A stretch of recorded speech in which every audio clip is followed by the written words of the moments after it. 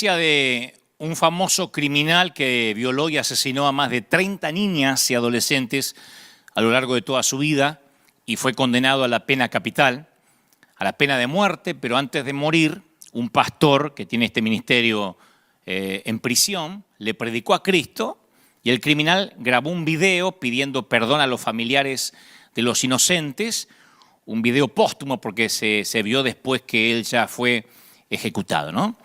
Y aún después de ser ejecutado, la mayoría lo seguía viendo como un monstruo y no aceptaban que se había convertido a Cristo en prisión. Y lo más sorprendente es que gran parte del pueblo cristiano expresó en las redes frases como que Dios me perdone, pero tipos así no tienen perdón, no le creo nada, no es creíble. A lo mejor se arrepintió porque sabía que se iba a morir. Otro dijo, lo bueno es que hay un criminal menos respirando. Y la gran pregunta que surge es, ¿hay alguien que esté más allá de toda posibilidad de perdón? O sea, ¿hay alguien que cruce la última frontera de la dignidad humana y no merezca el perdón? Yo creo que a todos nos pasa que cuando consideramos que nos han hecho algún mal, podemos fabricar un centenar de razones en contra del perdón o de no tener que perdonar, ¿no?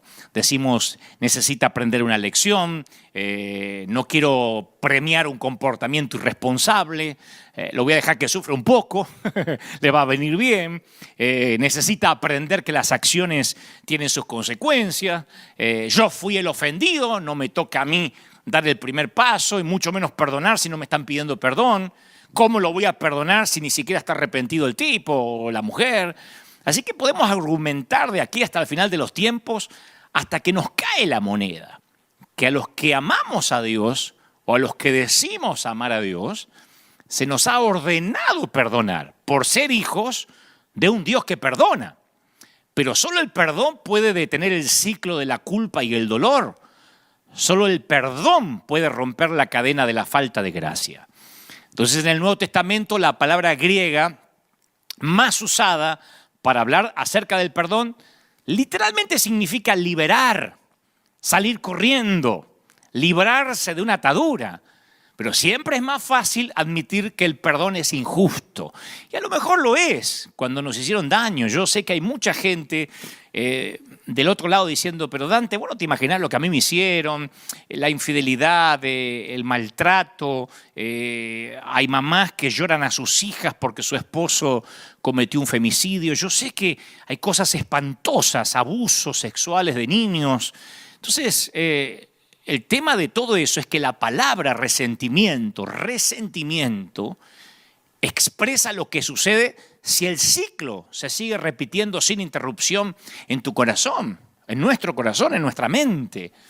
Resentimiento literalmente significa sentir otra vez, ¿no? El sentimiento se aferra al pasado, lo vuelve a vivir una y otra vez, y arranca la piel nueva para que la herida nunca se sane. O sea que cuando se empieza a sanar, el resentimiento arranca esa piel para que vuelva a supurar la herida.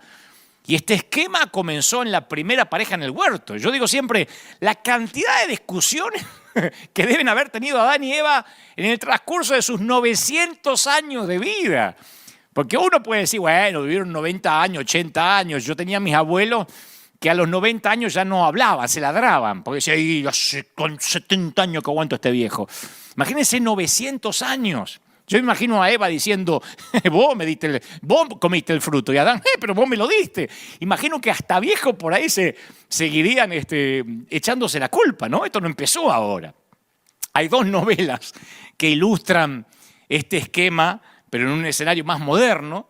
Uno es el famoso libro escrito por el premio Nobel, El amor en los tiempos del cólera, que lo escribe el gran Gabo, Gabriel García Márquez, y él cuenta en ese libro justamente acerca de un matrimonio que se desintegra por un jabón, por una pastilla de jabón. La esposa mantenía la casa en orden, dice la historia, la novela, y eso incluía la provisión de toallas, de que no falte nunca papel higiénico, jabón en el baño. Y un día se le olvidó a la señora reemplazar el jabón, descuido que su esposo mencionó, y lo exageró un poquito, ¿no? Como son todos los varones. Me estuve bañando durante casi una semana sin jabón, dijo. En vez de decir, falta jabón, ya vino con el reclamo. Y ella lo negó rotundamente. Y aunque era cierto que se le había olvidado, era el orgullo de ella que estaba en juego y no quiso retractarse. Y la novela de Márquez cuenta que durante los 7 meses siguientes durmieron en cuartos separados, comieron en silencio. Aún después, siendo, dice la historia, unos plácidos ancianos, escribe García Márquez, tenían mucho cuidado de no mencionar el tema del jabón, porque las heridas sanadas apenas podían comenzar a sangrar de nuevo, como si se las hubiesen infligido el día anterior. Uno dice, ¿cómo es posible que un jabón eche a perder un matrimonio? Bueno, no era el jabón en sí, era que ninguno de los dos cónyuges estaba dispuesto a decir, basta, esto no va a seguir así, no puede seguir así, perdoname. Entonces el perdón siempre ofrece una vía de salida. Y si no tomamos esa vía, permanecemos atados a las personas a las que no podemos perdonar. Permanecemos encadenados a esa gente. El no perdonar nos aprisiona en el pasado. Yo una vez oí a un rabino inmigrante que hizo una declaración asombrosa. Bueno, no lo oí, lo leí, pero fue transcripto de una conferencia, de un sermón que él dio. Él dijo, antes de salir de Alemania rumbo a los Estados Unidos tuve que perdonar a Hitler, porque no quería traer a Hitler dentro de mí y que Hitler conociera esta nueva patria. Porque él sabía que si no perdonaba traía todo el odio, o llevaba todo el odio donde iría. Entonces no perdonamos para cumplir una ley de moralidad. Lo hacemos por nuestro propio bien, porque la principal persona sanada por el perdón es la que perdona. Cuando perdonamos de verdad, ponemos en libertad a un prisionero y después descubrimos que ese prisionero que liberamos somos nosotros mismos. Empezamos a ser libres cuando perdonamos. Hay un autor que llama al perdón un proceso de cirugía espiritual. Porque cuando perdonamos a alguien estamos separando el daño de la persona que lo cometió, de la persona que lo hizo. Es como que hacemos una dicotomía. Desconectamos a esa persona de la mala acción. Porque uno siempre tiende a identificar inseparablemente a la persona con el daño o el dolor que nos causó. ¡Hey, mi ex marido lo que me hizo! La loca de mi suegra, el fulano de tal, el consuelo aquel. Siempre estigmatizamos a la persona con el daño que nos hizo. Y al perdonar a esa persona, le cambiamos esa identidad, ¿no? Hace unos años yo leí la novela y después, obviamente, vi la adaptación al cine de la novela gráfica V de Vendetta, que le pertenece al sello DC Comics. Es una historia donde el Reino Unido, en la ficción, obviamente, en un futuro es gobernado por un partido dictatorial ultraconservador, totalitario, fascista, llamado Fuego Nórdico, y por un dictador también que hostiga al pueblo, ¿no? Y entonces en la historia, ahí se la voy a espolear un poquito, ahí aparece un individuo enmascarado que se hace llamar V y toma la justicia por mano propia. No te cuento más por si la quieres ver, ¿no?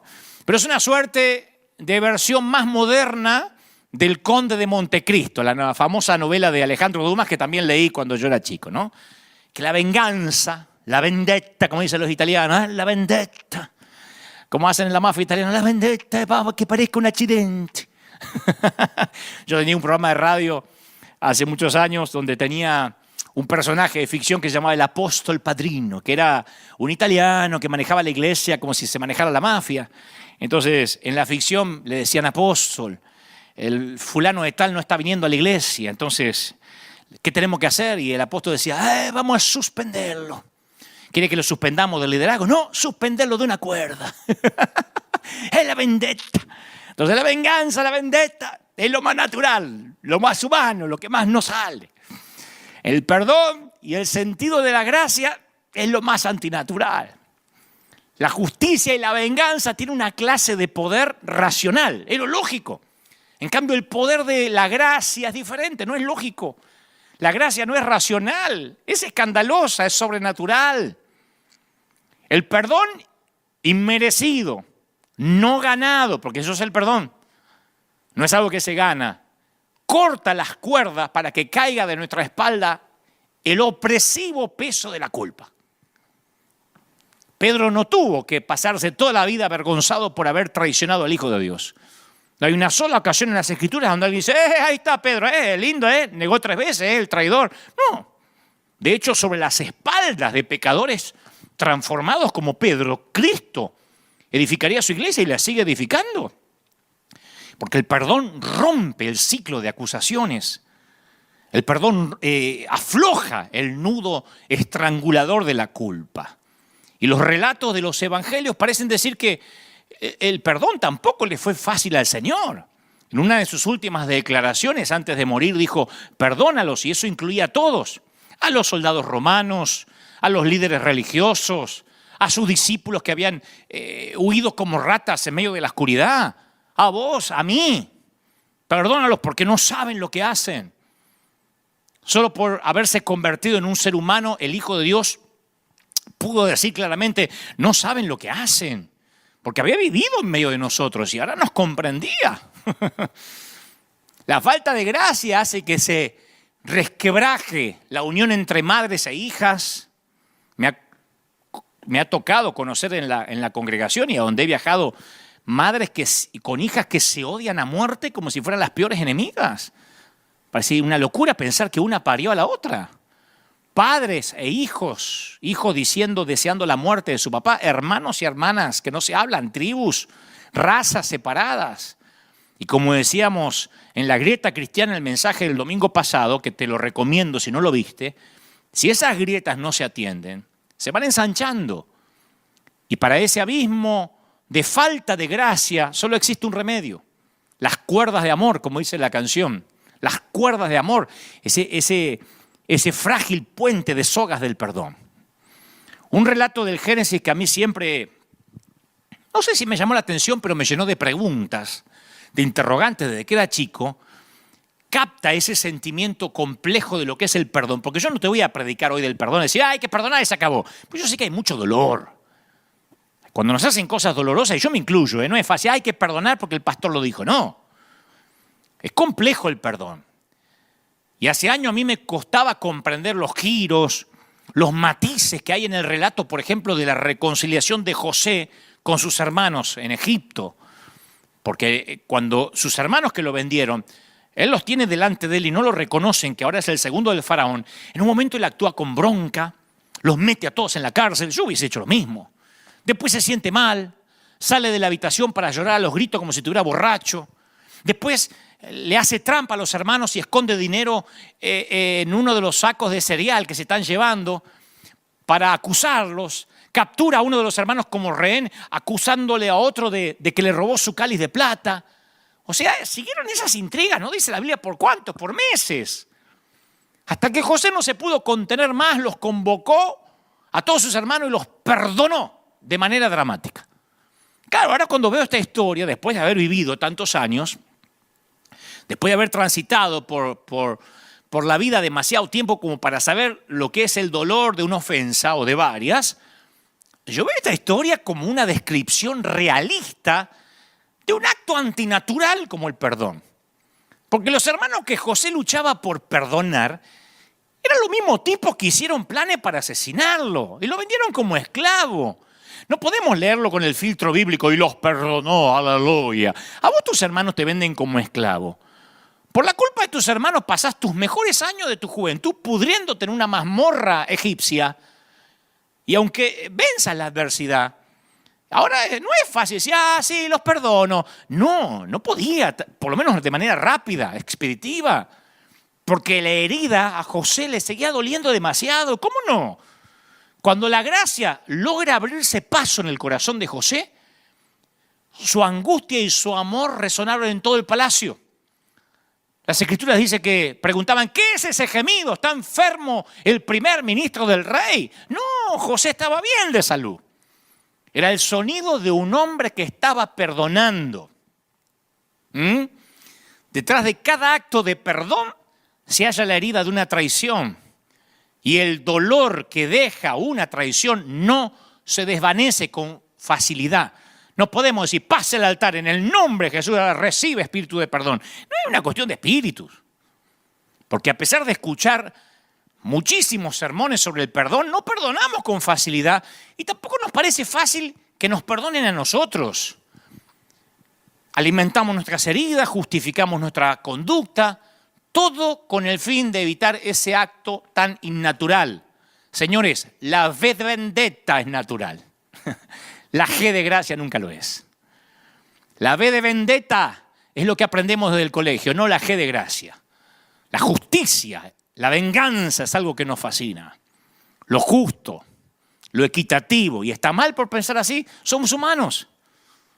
Bueno, Señor, si no me puedes hacer más flaca, hace que mis amigas se vean más gordas. Eso es equidad. Bueno, Señor, si no me vas a dar un auto a mí nuevo, que los demás tampoco tengan. Eso nos parece que es justicia. Y en lugar de eso, Jesús nos ordena que digamos, perdónanos nuestras deudas. Escucha, como también nosotros perdonamos a nuestros deudores. Justo en el centro del Padre Nuestro, que es la oración por excelencia, que tiene 6 temas específicos, justo en el centro, con la oración que el Señor nos enseñó a hacerle al Padre, se esconde el acto antinatural para el ser humano del perdón. Y escucha esto, no hay palabra, escucha, no hay palabra en ningún otro idioma que encierre, por lo menos mi criterio, un mayor temor que la palabra ahí como, que aparece en esa cláusula. Perdona nuestras deudas como nosotros perdonamos a los deudores. ¿Qué hace tan aterrador ese como en la cláusula? ¿Sabe lo que lo hace aterrador? El hecho de que Jesús directamente amarra el perdón que recibimos del Padre al perdón que le concedamos a los demás seres humanos. Y todavía, por si quedan dudas, el Señor es más explícito. Dice, si no perdonáis a los hombres sus ofensas, tampoco vuestro Padre os perdonará vuestras ofensas. Cuando uno mira, insisto, a Jesús con ojos nuevos, dice, wow, entonces es condicional el perdón del Señor. ¿Viste que decimos, el Señor te perdona y basta? Es incondicional. No, es condicional, hay una cláusula. Si nosotros no nos perdonamos, no somos perdonados. Por eso hay gente que no se puede perdonar y siente que Dios no lo perdona. Y una cosa es verte atrapado en un ciclo de falta de gracia con un cónyuge, con un socio. Una cosa es verte atrapado en un ciclo de falta de gracia peleando por un jabón. Y otra muy distinta, verte atrapado en un ciclo de falta de gracia con el Dios Todopoderoso. Pero el Padre Nuestro une ambas cosas.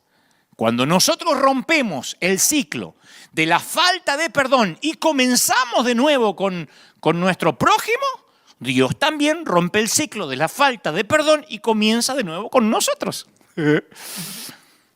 Y es tan urgente la necesidad de gracia, de perdón, que hasta el Señor lo pone por delante de cualquier deber religioso.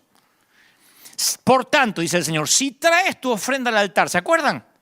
Y ahí en el altar te acordás de que tu hermano tiene algo contra vos. Deja tu ofrenda delante del altar y andá. Reconciliate primero con tu hermano y entonces vení y presenta tu ofrenda. Me gusta que no dice que se la lleve, que la deje. A ver si después no se arregla con el hermano y no trae mala ofrenda. Deja la ofrenda acá. Andá y arreglá y después la presentás. Me gusta eso. La parábola del siervo que no perdonó termina con una escena en la cual el amo lo entrega a los carceleros para que lo torturen. Y dice el Señor, porque nosotros decimos, ay, el Señor es tan dulce para hablar en las parábolas, el que ahí estaba entregado para que los carceleros lo torturen al tipo. Y el Señor dijo, así también mi Padre Celestial va a hacer con vosotros si no perdonáis de todo corazón, te perdono. Te perdono, ojalá que te agarre un tumor. No es así. Si perdonáis de todo corazón, cada uno a sus hermanos sus ofensas, dice Jesús.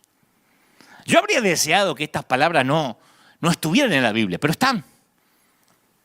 Y salieron de los labios del mismo Cristo. Entonces, Dios, en primera instancia, nos consideró, nos confirió, nos concedió una responsabilidad terrible. Al negarle el perdón a los demás, estamos decidiendo que no son dignos del perdón de Dios y por lo tanto no lo somos nosotros tampoco. Con la misma vara que medimos, somos medidos. De alguna forma misteriosa, el perdón divino depende de nosotros. No dice si orás por perdón mucho y haces mucho ayuno, el Señor te va a perdonar. Esto es casi una ley natural, una ley espiritual que se transforma en una ley natural. Así como la ley de gravedad, tiro esto, se cae, funciona, como la siembra y la cosecha. Esto es igual. Quiero que Dios me perdone, no me tengo que poner a orar para lograr que Dios me perdone. Tengo que perdonar. Así como yo hago, Dios lo va a hacer conmigo. Es una cláusula. Ahora, ya es bastante duro perdonar a unos hermanos malvados, como lo hizo José. Porque después todos son familia, es tu sangre, por ahí todos vivimos eso. Y bueno, invitar a la arpía de la cuñada a la Navidad, que se siente ahí, no le hablo en toda la noche, pero que venga, total es sangre. Pero perdonar a nuestros enemigos, a la banda de delincuentes del barrio, perdonar a los que promueven el aborto, perdonar a los pedófilos, perdonar al predicador hereje, perdonar al apóstol de la prosperidad. Es difícil. Perdonar al líder que te maldijo los hijos y la familia por haber salido de su cobertura apostólica. Al pastor que te discriminó cuando quedaste embarazada de soltera, pero después tapó el embarazo de la novia de su propio hijo. Sin embargo, la palabra perdón contiene la palabra don, que es un regalo. Y al igual que la gracia, el perdón tiene la escandalosa cualidad de ser inmerecido. No ganado, injusto, arbitrario, parcial. Ahora, ¿por qué nos exige Dios un acto antinatural así que desafía todos nuestros instintos primarios como seres humanos? ¿Qué hace tan importante el perdón que lo convierte en algo central para nuestra fe? Y bueno, los evangelios, uno no tiene que ir demasiado a la escatología profunda. Uno va a los evangelios y nos dan una respuesta teológica a la pregunta sobre por qué Dios nos ordena perdonar. Porque así es Él. Cuando Jesús expresó por primera vez el mandato, amad a vuestros enemigos, le añade una explicación. Le dice, para que seáis hijos de vuestro Padre que está en los cielos, que hace salir el sol sobre malos y buenos, que hace llover sobre justos e injustos. ¿Te querés parecer a Dios? Bueno, empezá a amar a los que se merecen el sol y a los que no, a los que se merecen la lluvia y a los que no. Cualquiera puede amar a sus amigos y parientes, dijo Jesús. ¿No hacen también así los gentiles? Entonces los hijos del Padre fueron llamados o fuimos llamados a una ley superior. Que nos parezcamos a ese Padre que perdona. ¿Tiene sentido? Hemos sido llamados a ser como Dios, a manifestar en nosotros ese aroma de familia. En nuestra familia se perdona, punto. ¿Por qué? Porque somos hijos de Dios. Acá en esta familia se perdona. Porque ese es el estilo de la familia del Señor. Y ahí me viene otra vez a la mente la parábola del siervo que no perdonó. El Señor contó que este siervo tenía todo derecho a molestarse porque su consiervo le debía un poco de dinero. Y según las leyes romanas, tenía derecho de meterlo en la cárcel. Y Jesús no puso en tela de juicio sobre lo que el siervo había perdido, lo que le debían, sino que comparó esta pérdida con la de su Señor, que le acababa de perdonar a él varios millones de dólares o de pesos. Entonces, solo la experiencia de ser perdonado es lo que nos hace posible perdonar. El evangelio de la gracia comienza y termina en el perdón. Solo la gracia puede derretir el hielo de la falta de gracia. ¿Pero qué decimos? No, muy bien, si el otro... Está bien, entendí Dante, está bien. Si el otro está arrepentido y me pide perdón, yo lo voy a perdonar. Entonces sí voy a ceder. Y eso tampoco es lo que dice el Señor, porque convertimos el perdón en una ley de reciprocidad. Y eso no va a funcionar nunca. Porque ambos, el herido y el que cometió la falta, decimos, el otro es el que tiene que dar el primer paso. Y después y si da el primer paso, encima lo voy a vigilar como el FBI para ver si la otra persona muestra alguna señal de que realmente fue un arrepentimiento sincero. Si puedo ver alguna pista que realmente me manifieste que está arrepentido. Porque nos fascina la V de vendetta y no la G de gracia. Nos encanta la V de venganza. Romper el ciclo de la falta de gracia significa tomar la iniciativa. Alguien tiene que escuchar esto y esto va para alguien. En lugar de esperar a que el otro dé el primer paso, lo tenemos que dar nosotros, desafiando la ley natural de la equidad. En el centro de las parábolas de Jesús sobre la gracia se halla un Dios que toma la iniciativa para acercarse a nosotros. Todas las parábolas es un Dios que se acerca a nosotros. Los que dicen, hay que buscar a Dios. La Biblia es Dios buscando al hombre, no al revés. Este es un libro de Dios buscando al hombre, de un padre enfermo de amor que corre a encontrarse con el pródigo. Este es un libro que muestra a un señor que cancela una deuda demasiado grande porque su siervo no se la puede pagar. No es que su siervo le dijo, cancelame la deuda. El amo decide hacerlo. Este es un libro donde encuentra que un patrón le paga a los obreros de la última hora lo mismo que trabajaron todo el día y que se partieron el lomo, lo mismo. El libro cuenta que un hombre da un banquete y él sale por iniciativa propia o manda a la gente a las calles en busca de unos huéspedes que no se merecen serlo. Jesús fue el primero en romper la cadena de la falta de gracia. Pero a nosotros nos encanta la ley del talión. Ojo por ojo, diente por diente y todo el mundo va a quedar desdentado y ciego. Y el ojo por ojo le cierra, ¡bum!, de un portazo.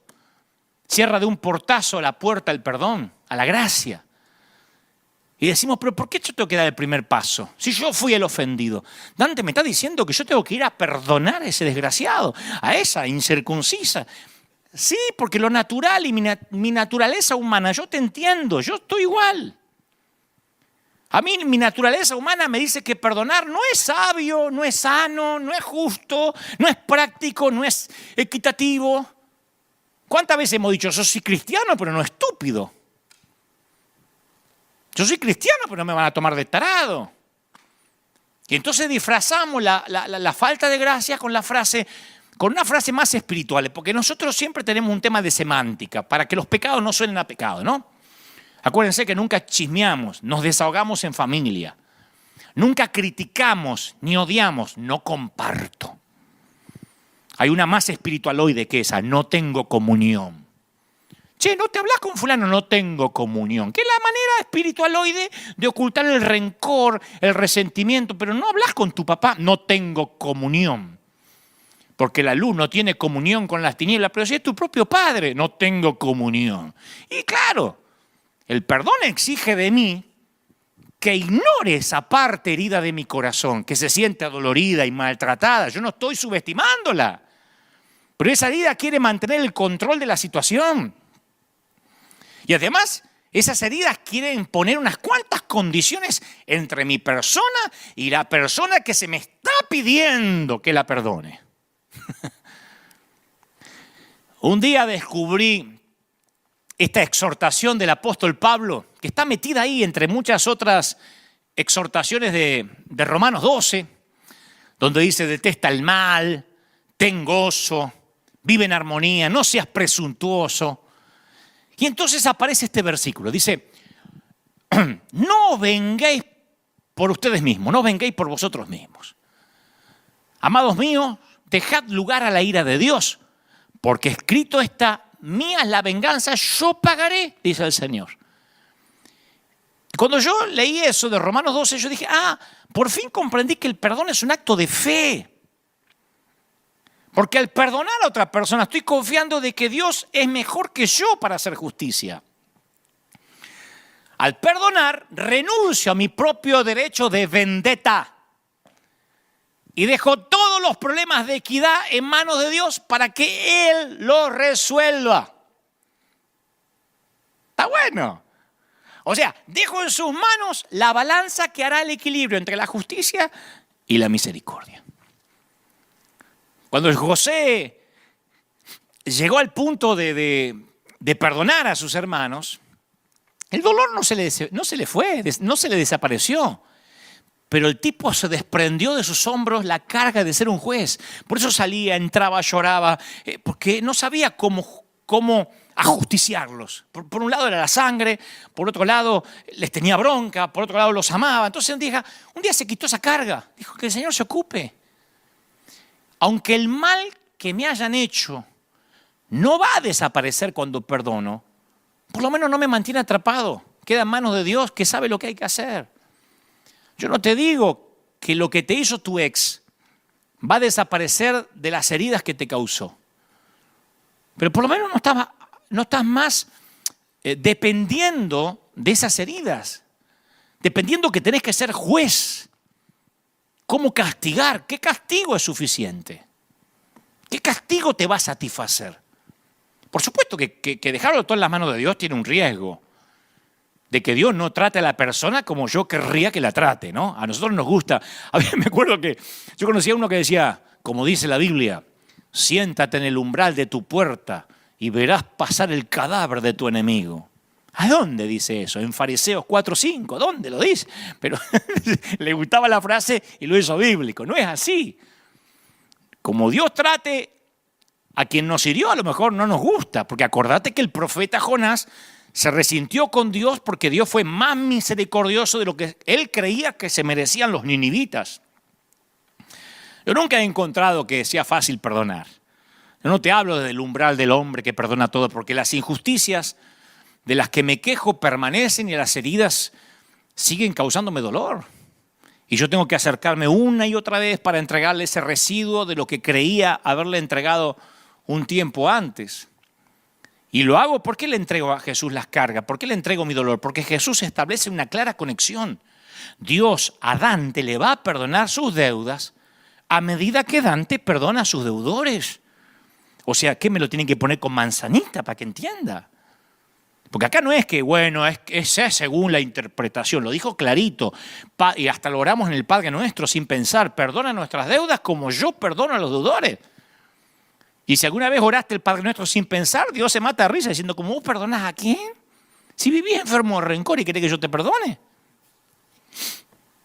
El cese de las hostilidades entre los humanos depende de un cese de las hostilidades con Dios y viceversa. La grieta no la cierra Dios, ¿eh? Por más que te mates orando que Dios une a tu familia, la grieta no la va a cerrar Dios porque Él no la abrió. La grieta la cerramos nosotros. Y si seguimos siendo dispensadores de culpa y rencor, dudo mucho que vayamos a alcanzar al mundo con un mensaje de gracia. Y la iglesia sin gracia se parece a los carteles de Coca-Cola. Esos que están en la calle, promocionamos la fe sin saciarla. Yo como cristiano cada vez me siento más preocupado por la forma en que la gente nos ve. La forma en que representamos nuestra fe ante los demás. Porque hemos sido llamados a presentar las buenas nuevas del perdón. Y cuando no estamos dispuestos a perdonar, las buenas nuevas no parecen ser tan buenas, ni tan nuevas. Nos comportamos como vendedores de un producto cuyos vendedores no están convencidos ni creen en él.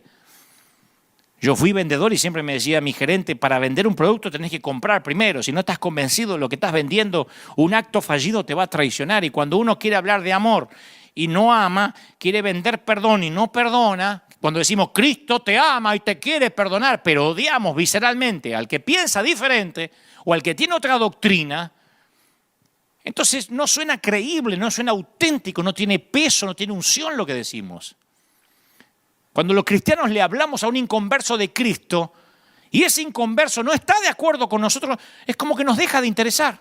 Yo ya le prediqué, ahora lo entregué en las manos del diablo. O sea, lo vemos como un enemigo. Pero un enemigo es alguien, como dijo alguien, cuya historia no hemos escuchado, no nos hemos puesto en sus zapatos. Pero siempre las ideas preconcebidas entran en juego, ¿no? Y para que se produzca un diálogo verdadero, necesitamos abrirnos pasos a través de esos estereotipos, tener en cuenta genuinamente cómo ve el otro, cómo piensa el otro. Tal vez esto sea en parte lo que Jesús quería decir cuando dijo, ama a tu prójimo como a ti mismo. El prójimo es el prójimo, no dijo al evangélico, al que tiene la misma doctrina, al que es bautista como vos, al que es pentecostal, al que pertenece bajo la misma cobertura apostólica, ama al prójimo. Yo dudo mucho que Dios lleve la cuenta de la cantidad de discusiones teológicas que ganamos, pero es muy posible que lleve la cuenta de cuánto amamos. Quizá el error es que pensamos que tenemos que tener amistad con la gente para ganarlos para Cristo. Yo me crié con gente así. Me acerqué a un inconverso para ver si lo puedo ganar para Cristo. Y capaz que no pensamos en términos de la sencilla amistad porque sí. Y el otro lo huele. Porque nuestro evangelismo no es orgánico, no es natural. Tenemos el síndrome del vendedor de las tiendas, del vendedor del negocio, del local, que estás mirando la ropa y dice, ¿le puedo ayudar en algo? No te quiere ayudar, te quiere vender algo de la tienda. Probá de decirle, sí, la verdad que sí, necesito pagar el alquiler, ¿me presta? A ver si te ayuda. ¿Le puedo ayudar en algo? A mí me enferman, o estoy mirando y dice, ¿le puedo ayudar? Porque no me quiere ayudar. ¿Por qué no me es sincero y me dice, le quiero vender algo? ¿Qué le puedo vender hoy? Tengo ganas de vender porque no gané ninguna comisión en el día. Séme sincero, che. No me digas que me querés ayudar. Y el inconverso huele cuando nos acercamos y decimos, ¿estás mal? ¿Sabe que le queremos vender el evangelio? Que la amistad no es genuina. Y que cuando nos diga que no comparte, o que es católico, o que es testigo de Jehová, sabe que lo vamos a maldecir. Huelen que parece que trabajamos en mercadeo y no somos gente que amamos de verdad. No somos sinceros al decir que amamos. A mí me viven criticando por la gente con la que me doy. Harto de que en Argentina me digan, ¿por qué te sacas una foto con Scioli? Que eres corrupto. Como que, pero no han leído la Biblia.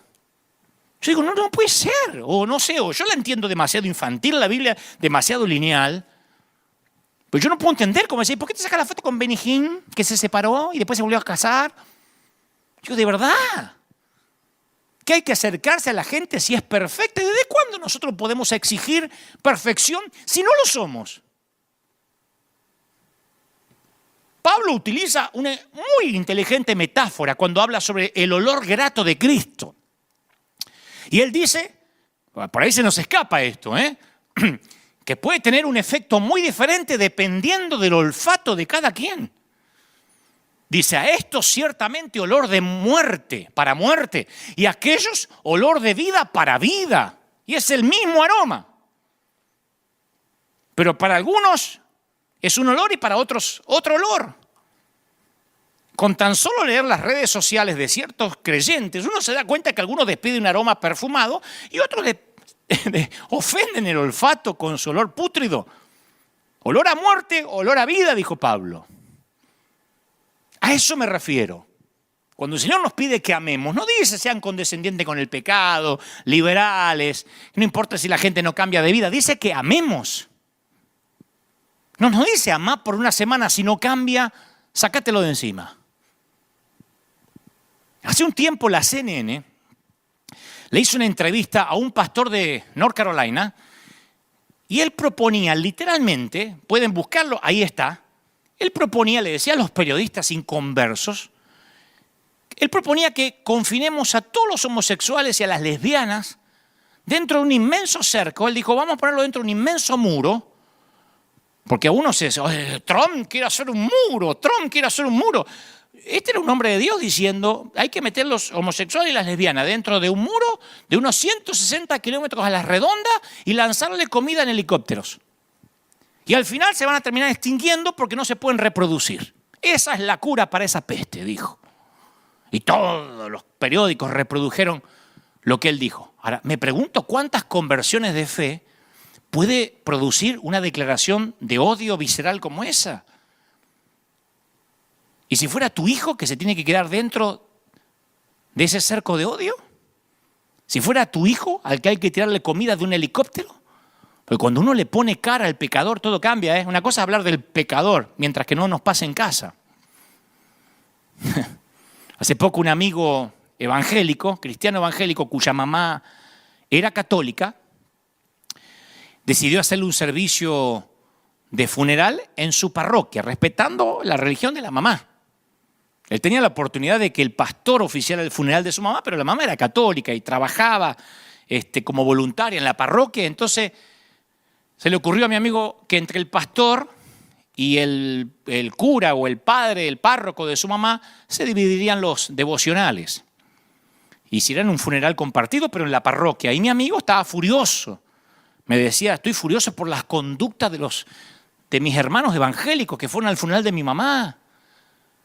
Porque algunos le dijeron, si alguno de estos católicos, porque había muchos católicos, amigos de la mamá, si alguno de estos católicos que están acá aceptó a Cristo de verdad mientras hablaba el pastor, entonces la muerte de tu madre valió la pena. Para eso murió. Mi amigo estaba destruido. Obviamente el pastor le dijo a todos que dudaba que la mamá estuviera en el cielo, porque le pusieron un rosario arriba del cuerpo. Entonces dijo, dudo que se haya ido con el Señor, porque ella, como todos ustedes, pertenecen a la gran ramera, pero hoy tienen la oportunidad de conocer a Cristo de verdad. En un funeral. Eso es decir la verdad, eso es la sana doctrina, eso es la genuinidad. No, el proselitismo, con el fin de sembrar terror para que se acerquen a Jesús, nunca ocasiona genuinos cambios de vida. Insisto, el problema no tiene que ver con que estemos en desacuerdo con alguien, sino con la forma en que tratamos a esa persona con la que estamos en desacuerdo.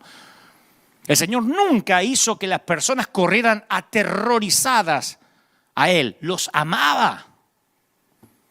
Y los cristianos fuimos llamados a usar las armas de la gracia, lo cual significa tratar con amor, con respeto, incluso a los que se nos oponen. Jesús vino del Padre lleno de gracia y verdad, escribió Juan. Yo pienso que la iglesia hemos trabajado incansablemente en la parte de la fórmula que se refiere a la verdad. Defendemos la verdad en los concilios pastorales, en los credos, los volúmenes de teología, los puntos, las divisiones que ocasionan los puntos periféricos de la doctrina. Pero ¿te imaginas lo que sería si pusiéramos la misma energía en transmitir la otra parte del versículo, en transmitir lo que Pablo llama la incomparable riqueza de la gracia de Dios? Gracia y verdad, los dos deberían ir por igual. Así como yo los he amado, también ustedes deben amarse unos a los otros. Les ordenó Jesús a sus discípulos en la última cena. Fue Él quien dijo que el mundo sabrá que somos cristianos, lo dije el domingo pasado, y además sabrán quién es Él. Cuando sus seguidores estemos unidos en amor. Dios tiene un inmenso interés en nuestra forma de amar. Y Juan añade que por medio del amor damos a conocer al Dios invisible. Nadie ha visto jamás a Dios, pero si nos amamos unos a los otros, Dios permanece en nosotros y entre nosotros su amor se ha manifestado plenamente. Oh.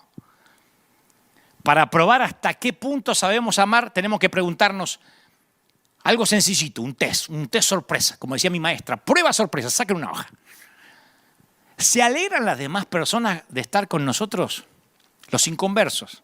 No me digas, no, pero que tienen repulsión por mi santidad, porque no te la cree nadie. Acá nadie que me está mirando, ni yo orinamos agua bendita. Estoy hablando si la gente se siente cómoda, si tenés una empresa, un taller, una oficina, en tiempos normales y los vecinos. Porque Jesús se las arreglaba de alguna forma para atraer a la gente que la mayoría de los personajes religiosos repelían. Piensa en la prostituta que interrumpió una cena para ungirlo con un costoso ungüento o en Zaqueo. El recaudador de impuestos odiado por sus vecinos por ser un colaboracionista de los romanos. Y Jesús, en lugar de juzgarlos, los amó, los honró. Y mientras lo hacía, antes que digan, pero cambiaron de vida, mientras lo amaba, logró que aflorara a la superficie una sed que solo Él podía satisfacer, una necesidad de cambiar de vida. Eso logra el amor, no la doctrina, no la moral. Y los seres humanos tenemos la tendencia natural de retirarnos a un lugar aislado, de asociarnos con gente semejantes a nosotros, de evitar a aquellos que piensan distintos a lo que pensamos. Y no estoy haciendo una crítica a esos que me miran, porque yo también soy así. Yo soy el primero que se considera roto. Yo confieso que prefiero, si me dan a elegir, yo prefiero la comodidad de una reunión de amigos que piensan como yo, si es posible que sean todos del Barça, si es posible que sean argentinos, uruguayos a lo sumo, si tengo que elegir, no estoy diciendo hay las otras nacionalidades, no. Si tengo que elegir, yo elijo a los amigos que puedo tomarme un Malbec mendocino a la incómoda situación de estar en otros encuentros sociales. Pero esos otros encuentros sociales donde yo estoy más incómodo son precisamente las conversaciones que necesito para vivir mi fe. No hace falta gracia para relacionarse con alguien que tiene un aspecto similar al mío. ¿Para qué quiero usar la gracia para alguien que piensa y actúa como yo? O lo que es peor, sí, pastor, con lo que usted diga, pastor. Ahí estamos, pastor. Mande, pastor. Cuerpo a tierra, sí, pastor. Mátate, me suicido, pastor. ¿Para qué queremos gracia? Dentro del templo todos somos espirituales. El gran desafío del cristiano consiste en ver la imagen de Dios en alguien que no está hecho a nuestra imagen. Lo voy a decir otra vez. El gran desafío de nosotros los cristianos consiste en ver la imagen de Dios en alguien que no está hecho a nuestra imagen. ¿Cómo nos cuesta ver a Dios en alguien que se viste diferente? No vas a decir que esa loquita, cómo se pintorrajea la jeta, tiene a Dios. ¿Por qué? Porque no se viste amargada como vos. No vas a decir que ese con los aros que tiene y el pelo como se los paró, ese está lleno de Cristo, ese no tiene santidad. ¿Por qué? Porque la santidad la hace el corte de pelo. Embromate por tener al mismo peluquero antiguo de siempre. En un mandato que no aparece en ninguna otra religión, Jesús nos ordena que no solo amemos a los extranjeros. No hay ninguna otra religión es esto, Solo el Señor.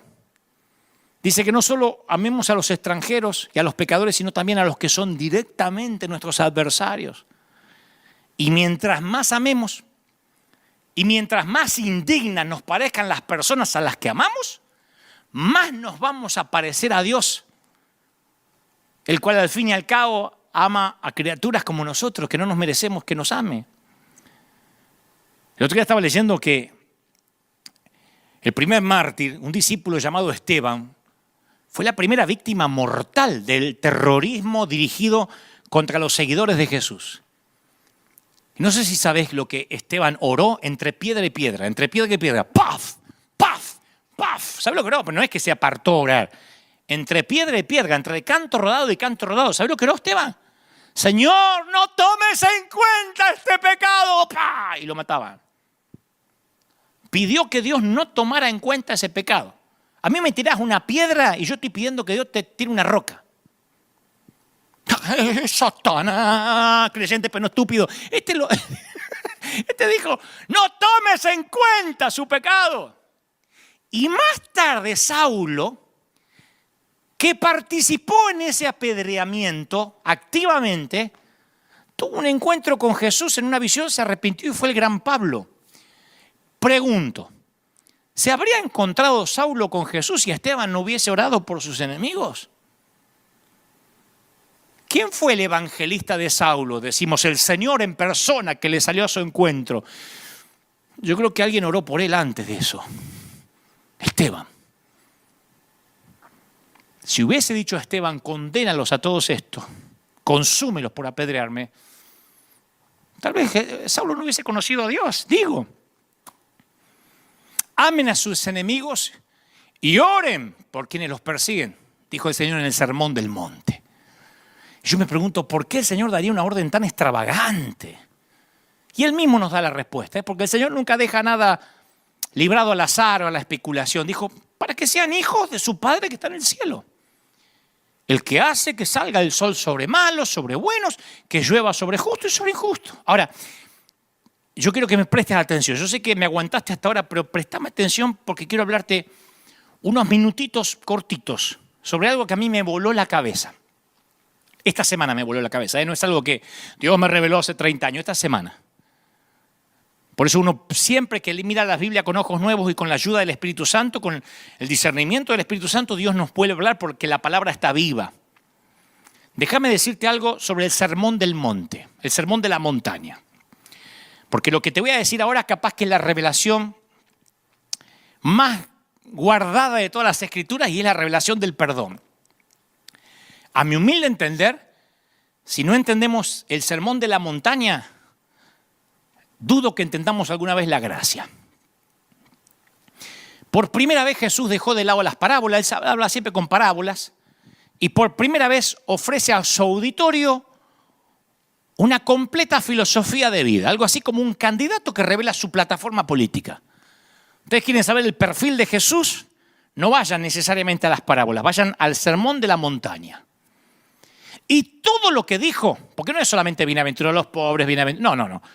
Todo lo que está semi-escondido en su mensaje nos deja boquiabiertos hasta la fecha. Escucha, él dijo, sed pues vosotros perfectos, como vuestro Padre que está en los cielos es perfecto. No dijo como Moisés, como fue Salomón, como David. Dijo Jesús, entre los mandamientos de amar a los enemigos y dar limosna, dijo, sean perfectos como mi Padre. No sé si nos damos cuenta de esto, porque no es una metáfora, qué quiso decir, una fábula, no, es literal. ¿Cómo ser perfectos como Dios? ¿Qué quiso decir? Cuando un joven rico le pregunta a Jesús qué tenía que hacer para ganar la vida eterna, Jesús le dijo que entregue todo el dinero, no el 10%. ¿Viste que alguno le agarra ahora urticaria por el diezmo? ¿Dónde está el diezmo? Que el diezmo que trae el Viejo Testamento. Dijo, entregalo todo, no el 10%. No le pidió el 18%, el 50%, el 60%, le pidió todo. Cuando un discípulo le pregunta si debía perdonar a su hermano 7 veces, Jesús le dijo, no. No te digo hasta 7, sino hasta 70 veces 7. Después agrega, todas las cosas que queráis que los hombres hagan con vosotros, así también haced vosotros con ellos.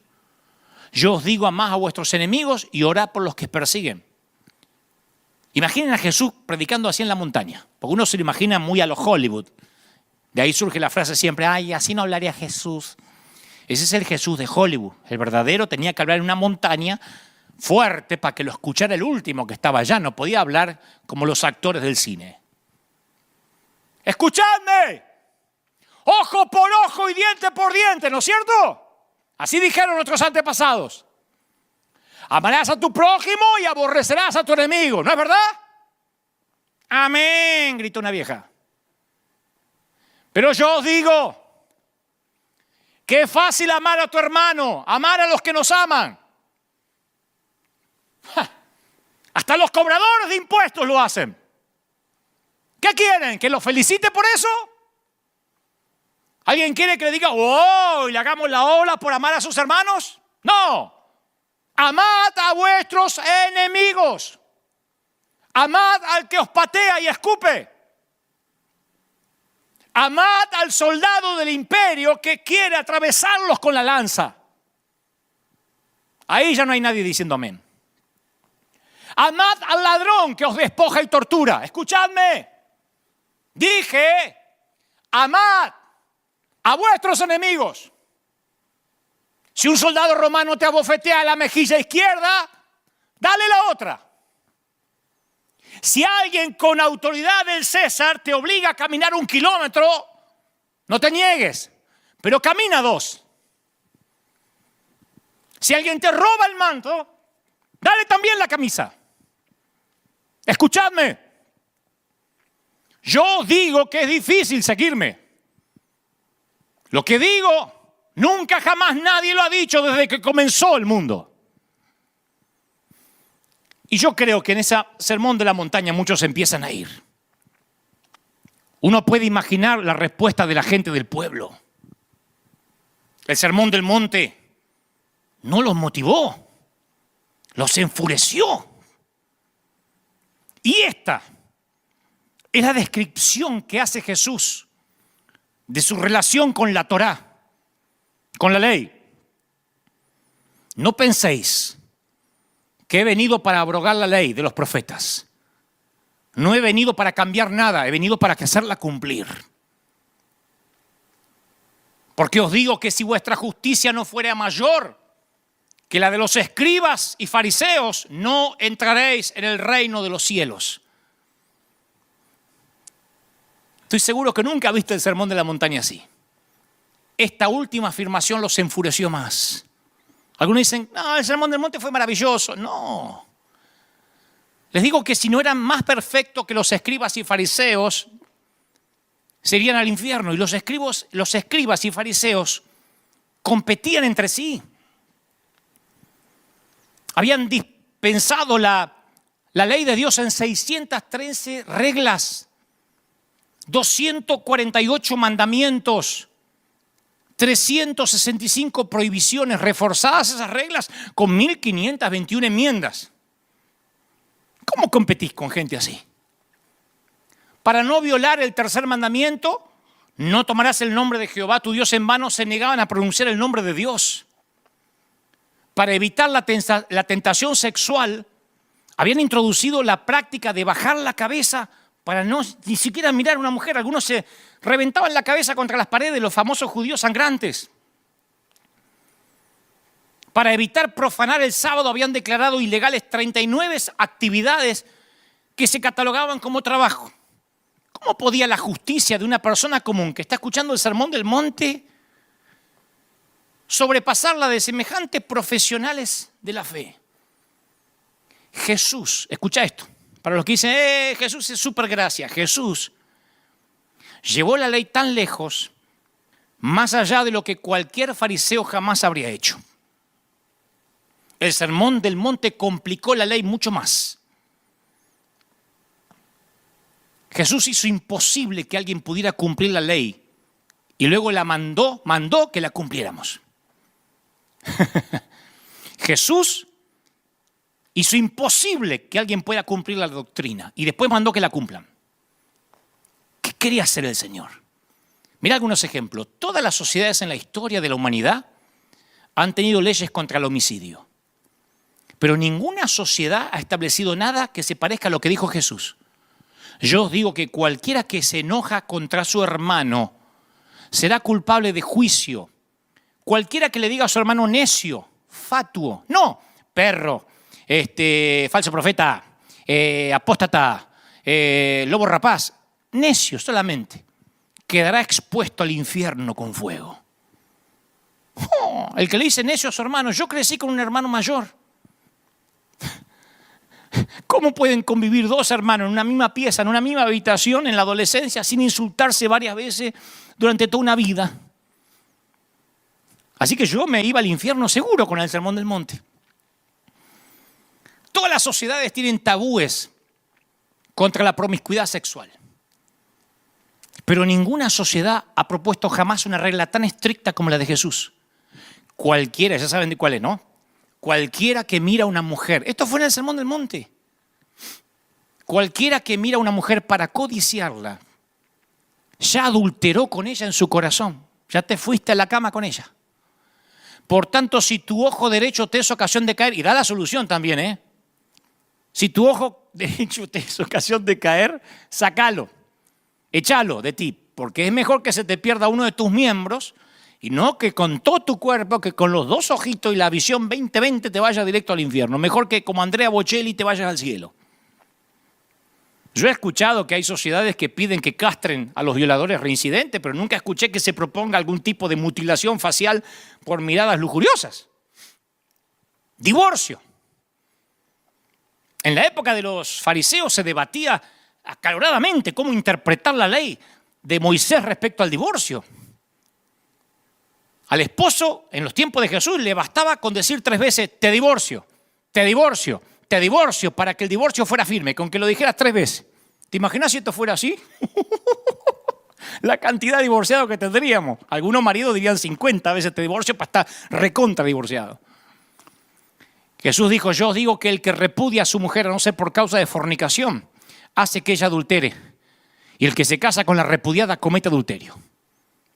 Y de allí, los que no interpretan la esencia del sermón del monte afirman que hay que mantener los matrimonios siempre a cualquier precio.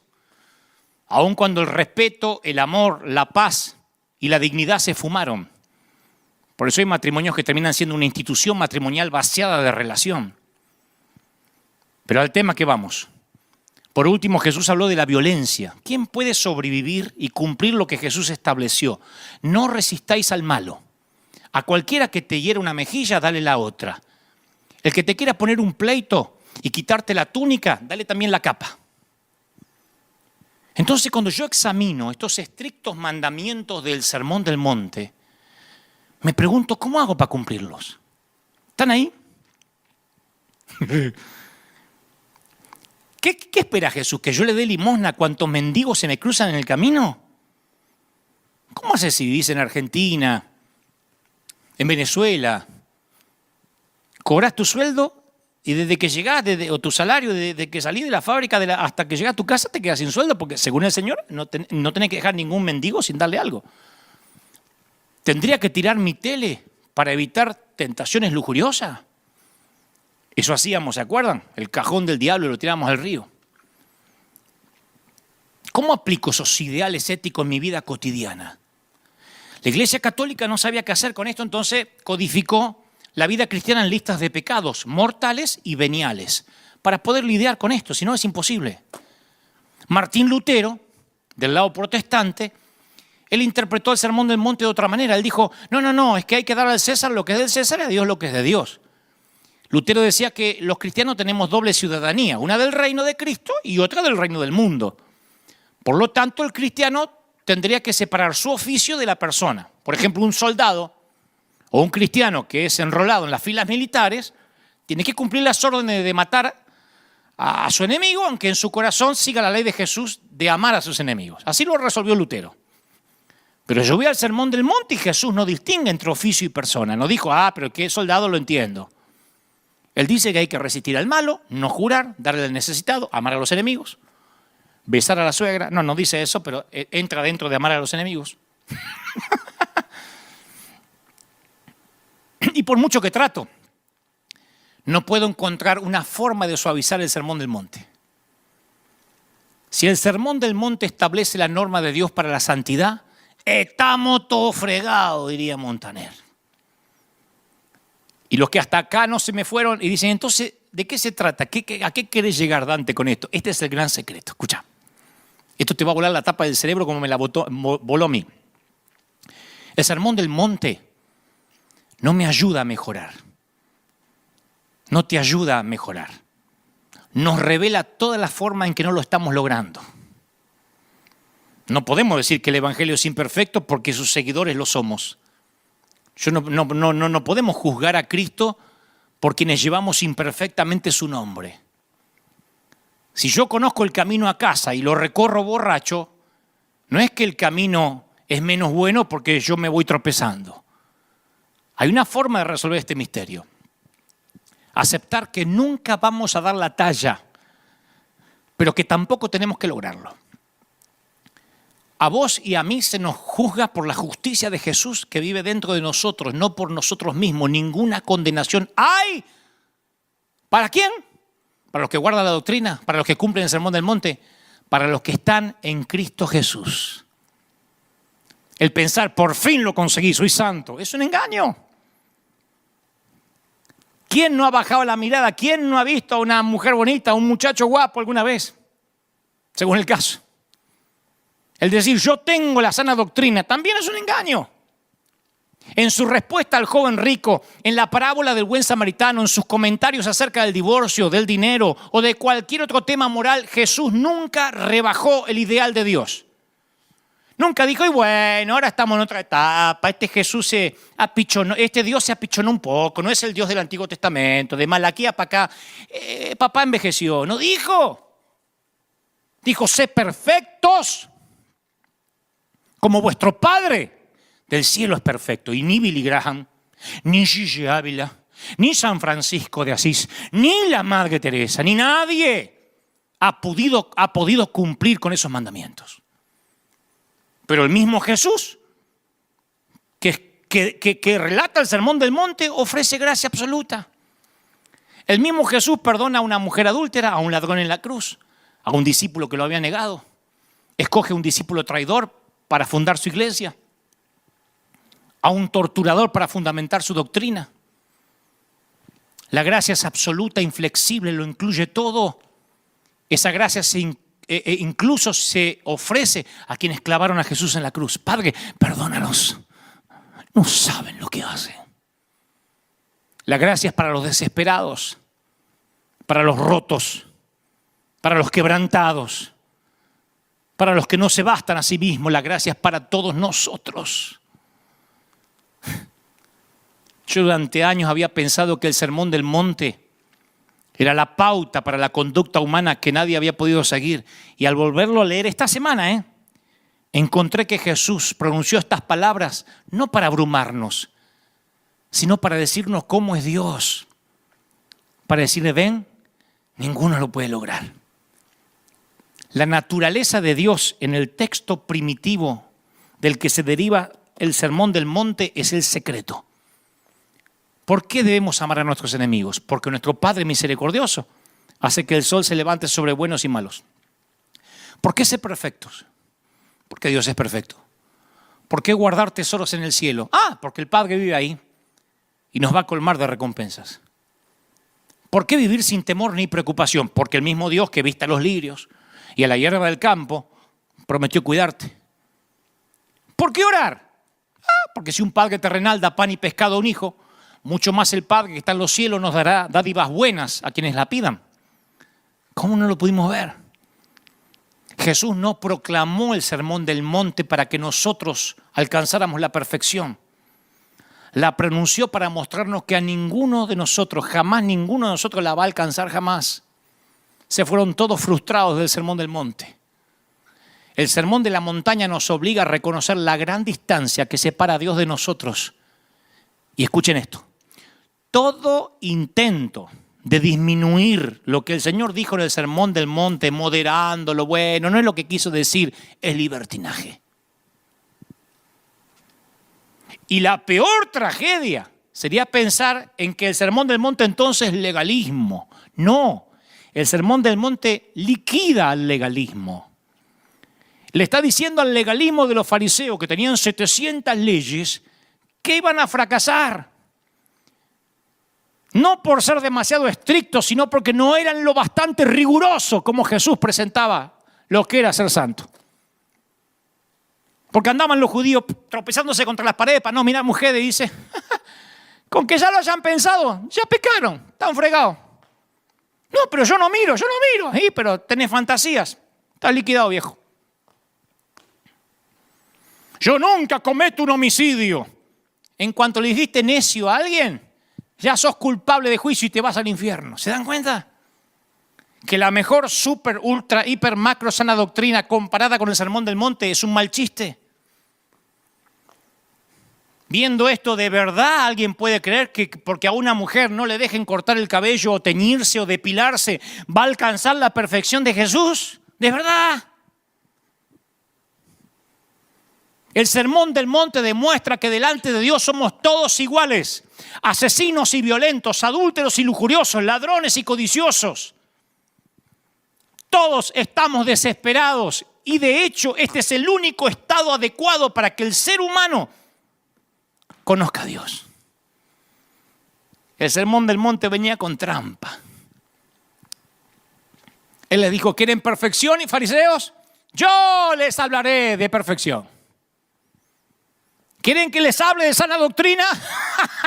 ¿Cuántas leyes tienen? ¿Cuántas? ¿Cuántas van? ¿1000? Patrañas. Ya pecaron en su corazón. ¿Diezman? ¿Del eneldo, del comino? ¿Diezman todo? No, vendan todo. Todo el dinero, no el 10%. ¿A dónde quedan los que diezman? Al haber fracasado en el ideal absoluto, lo único que nos queda es tirarnos en la red de seguridad de la gracia absoluta. Yo no creo. Heart-pounding drums, sinful ignite. Classical flourishes, paint a vibrant light. Indie rock guitars scream with pure delight. Let's break the mold, this is our electric night. Neon dreamscapes bathed in stardust glow, boundaries blurring, a genre overflow, lost in the rhythm where possibilities flow. The symphony of chaos sets our spirits aglow.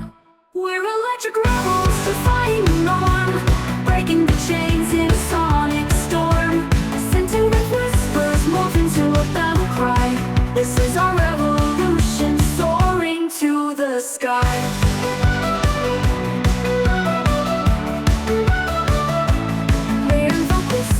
A powerful embrace, classical flourishes pave the way with fearless grace. Indie rock anthems electrify the space. Together we rise, leaving doubt in its place.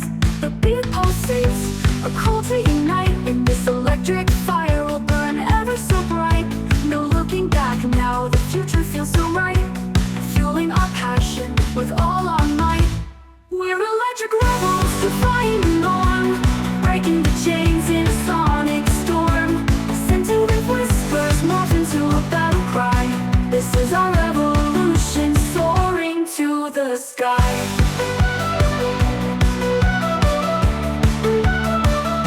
No walls can hold us, no limits can bind. United by music, a new world will find. Let the sparks ignite, let our spirits unwind. This is electric legacy, forever entwined. We're electric rebels defying the norm, breaking the chains in a sonic storm. Sentient whispers morph into a battle cry. This is our revolution, soaring to the sky. We're electric rebels, defying through the norm, breaking the chains in a sonic storm. Sentient whispers morph into a battle cry. This is our revolution, soaring to the sky.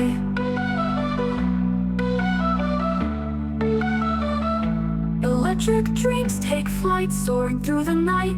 A genre-bending anthem, forever shining bright.